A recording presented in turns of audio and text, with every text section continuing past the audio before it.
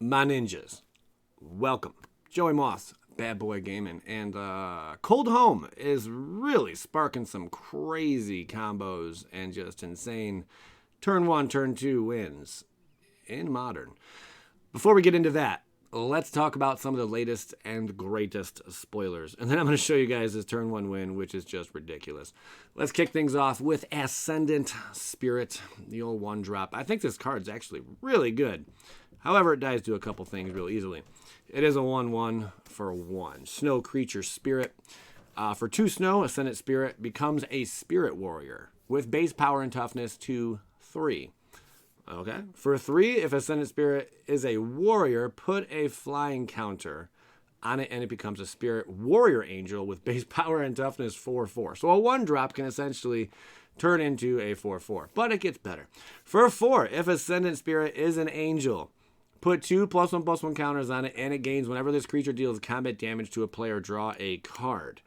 So really, you could have, if you wanted to play it out turn by turn, turn 1, turn 2, you pay the 2, turn 3, you pay the 3, turn 4, you pay the 4. But what I think is really cool about this card is if you get it all the way to where it's an angel, a warrior angel with base power and toughness 4/4. You pay the 4. If Ascendant Spirit is an angel, put 2 +1/+1 counters on it, and it gains whenever this creature deals combat damage to a player, draw a card. So then you could essentially pay 4 again. If you hit your player, you get to draw another card. So you get 2 cards. If you do it again, 3 cards if you get it. And by that point, the game should be basically wrapped up. So that is pretty nuts because the third ability on the card does stack. What else all we got to go? Well, Figure of Destiny. This was a card that did see quite a bit of play and still does see quite a bit of play. However, it's arguably not as good as the new Ascendant Spirit. Which, as you see, if you get to the 6, you get a crazy. If you Figure Destiny is a warrior, it becomes an 8/8 Kithkin Spirit, Avatar Warrior with flying and first strike. Cool card, but nonetheless, man, Ascendant Spirit's nuts. Plus, we also have that other card. If you read this text, there was a 4-drop that was released, and basically it says all your creatures are basically any creature type. It's a 4-drop artifact. If Ascendant Spirit is an angel. So if you pay 4, when you have this other thing out, it would technically be an angel. Put 2 +1/+1 counters on it, and it gains. So right there, you're able to use that ability because it's an angel. You just pay 4. I'm pretty sure it works that way. You can skip everything else because you already have, with the artifact out, this creature is, or all your creatures are basically every creature type, which is nuts. So think about that. Something to throw out there. Moving forward, yeah, Blood Chief's Thirst is easily going to take out this card. Fatal Push as well in Historic, and then, Modern, and so on and so forth. So, yeah, it's easy to remove. Plus, a shot can kill it, right away if it hits the field, turn 1, whatever. But moving along, really, really interesting stuff. Tundra Fumarole, sure, 3-drop. Snow Sorcery. This deals 4 damage to target creature or planeswalker. Add a colorless for each snow spent to cast this spell until end of turn. You don't lose this mana as steps and phases end, which is not bad. We have a lot of cards recently that have been coming out which say until end of turn you don't lose mana as steps and phases end, which is pretty cool. So with that all being said, this is a pretty legit card. What I really want to point out in this mostly is the ad. This is considered devoid. Devoid really came out, what was it? Battle for Zendikar, I think, when they first started calling the colorless mana devoid. And seeing that symbol kind of makes me wonder. And I know we've seen it on other cards also, and this hasn't happened, what I'm about to say. But are we going to go back to a time where we see Eldrazi? Is that going to happen in the next couple sets? It's a possibility. This is a big hypothetical piece. Hypothetical piece, but it's a possibility. So anyway, Fumarole is pretty cool. Moving along, we have Skemfar Avenger, which is a 2-drop. Whenever another non-token elf or berserker you control dies, you draw a card and you lose 1 life. It's a 3/1. That one's kind of pathetic, but this isn't bad. It's an elf and berserker, so I mean it could slide into multiple decks, which I think is pretty legit. The only downside is whenever another non-token elf or berserker you control dies. So, a bunch of those spamming elf token and things or berserkers, it's not going to work. You're not going to get the benefit. But the card draw is there if you actually have real cards, that are non-token elf or berserker. Card draw is a big thing. That's basically what wins most games of Magic, is being able to outdraw your opponent the majority of the time. The more cards you have, the more advantage. So not bad. Then we have Axgard Armory, which the first thing I thought was Emrakul when I read this thing. Enters the battlefield tapped, add 1 white mana. For 4, tap it, sacrifice Axgard Armory, search your library for an aura card and or an equipment card. Reveal them, put them in your hand, then shuffle your library. So that's cool, because the only downside, you do have it come into play tapped. I understand that. This card's probably going to be like a lot of people are going to want to play in Commander and whatnot. Slot it out for something else. But the fact that you're going to basically go tutor up an aura and equipment, you can do both, is pretty phenomenal. So not only Embercleave, you can get an aura along with it also, or whatever other equipment you're running in your, aggro Boris build. I think this is a pretty interesting card, probably one of the better of these uncommon lands that enter tapped and have some kind of effect on it. I think it's a powerhouse, man. They're giving some power to white. It's about time. Then we have a Firja's Judgment. Firja's Judgment? Sure, it's a saga. I would have loved to have spent more time on this card. I really would have, but I spent a lot of time with some of the other stuff in this video. So this is a 4-drop saga. For 1, create a 4/4 white angel warrior creature token with flying and vigilance. That's not bad. I mean, you have the Sarah Angel, which is a 5-drop that came all the way out in Alpha, which has the exact same thing, only it's not a token, it's the actual card. That's cool for the first one. The second one, until end of turn, angels you control gain tap, destroy target creature with less power than this creature. Again, that one card that allows your creatures to be any type, they would count as angels as well. So you can tap them, any creature card you have out, if you have the artifact out, and just start destroying your opponent's creatures, which I think is pretty bonkers. But of course, with less power than this creature. So there is a stipulation on that. You can't just have some pitiful little 1/1 out there, destroying stuff. It's not going to work that way. But as long as you have more power than the creature you're destroying, you may destroy it. There you go. And then the final one, angels you control gain double strike until end of turn. That's a lot of damage. And the cool thing about all this is, we did get a bunch of lesser casting angels for this standard. Speaking of just standard, which is really good. We have a 2-drop angel. I think we have three, maybe 4 3-drop angels in Kaldheim, which are coming out. Not to mention Historic has some cheaper angels as well. This can get out of hand. This could be a big freaking threat. So that's something I'm looking forward to playing with. Moving forward, we have Battle of Frost and Fire, 5-drop. Battle of Frost and Fire deals 4 damage to each non-giant creature and each planeswalker. So that's a sweeper. If you're running giant tribal, man, this is probably going to be one of the ways to go. Because you're able to just, boom, instead of Storm's Wrath, is it? That does the same thing, just 4 damage. Doesn't say anything about giants. That's cool. Plus, it also hits planeswalkers. And the second saga is Scry 3. That's huge.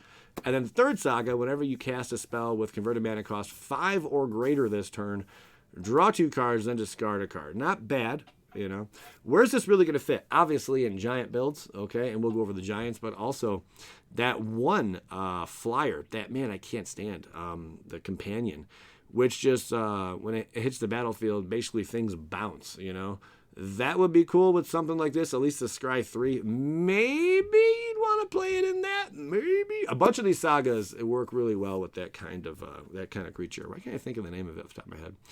Anyway, some other things just to consider. This is only from Kaldheim right now. From Kaldheim, you have Invasion of Giants, and this goes in curve too. So you got turn 2, turn 3, turn 4, turn 5. Of course, you have to squeeze in this card at some point. Which is a 5-drop, but that's a pretty fun little curve you got going on there to aid all the giants, And this one's interesting too. Another spoiler from today. Whenever a creature or planeswalker an opponent controls is dealt excess damage, if a giant, wizard, or spell you controlled dealt damage to it this turn, draw a card. That combo is great with all this mess over here. You know, that really starts stacking up damage. If you have these 3 cards out, you're going to be dealing a lot of damage, my friends. Cool thing, Invasion of the Giants, the next giant spell you cast this turn costs 2 less to cast. So if you hit that 3rd Saga, then you're able to play some bigger stuff. I did not cover all the giants. I really just wanted to talk about the Is-It colors. So you got Crystalline Giant, which I'm hoping we see some actual competitive standard play. I think it really has potential. Bone Crusher Giant, of course, is going to be in these builds.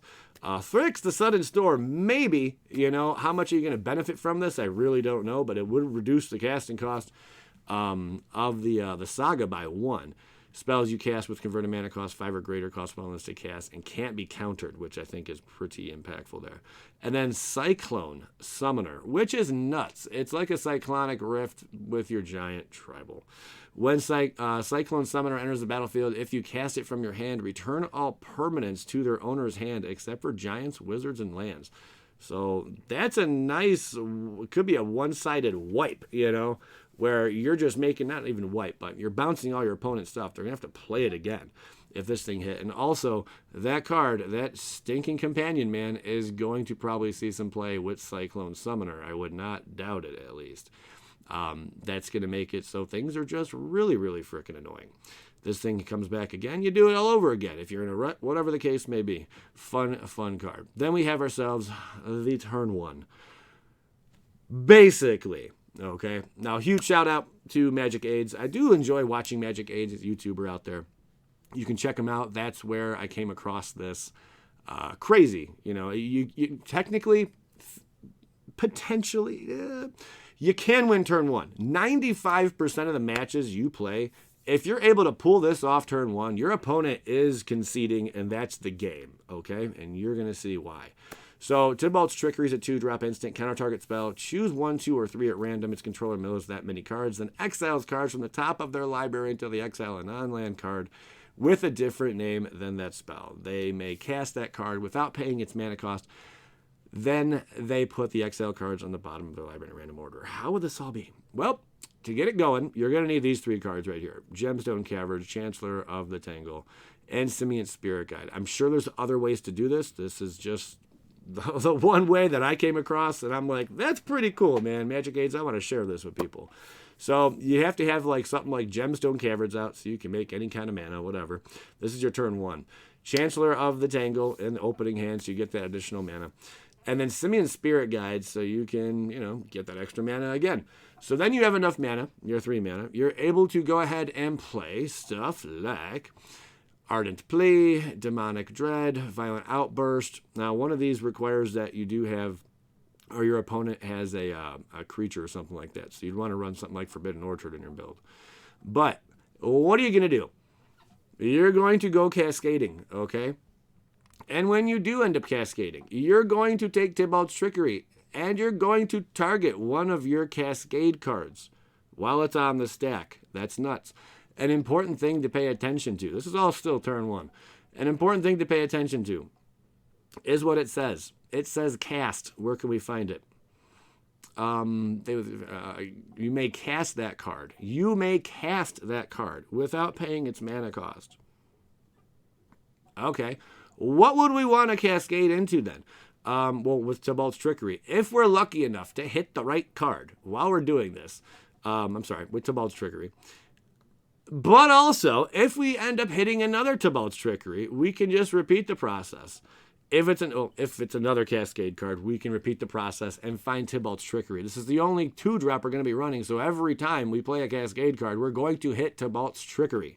That is one of the keys there. You can actually see this all unraveled and played out over a Magic Aids. What card would we want to get that turn 1? You'd want to get Emrakul, the Ion's Torn. There's also other Eldrazi out there that are really, really nuts. They all do not the same thing, but they all have basically, when this card enters the battlefield, you're going to wrap up the game. If this thing hits turn 1, the beautiful thing about it is because how Tybalt's Trickery reads as cast.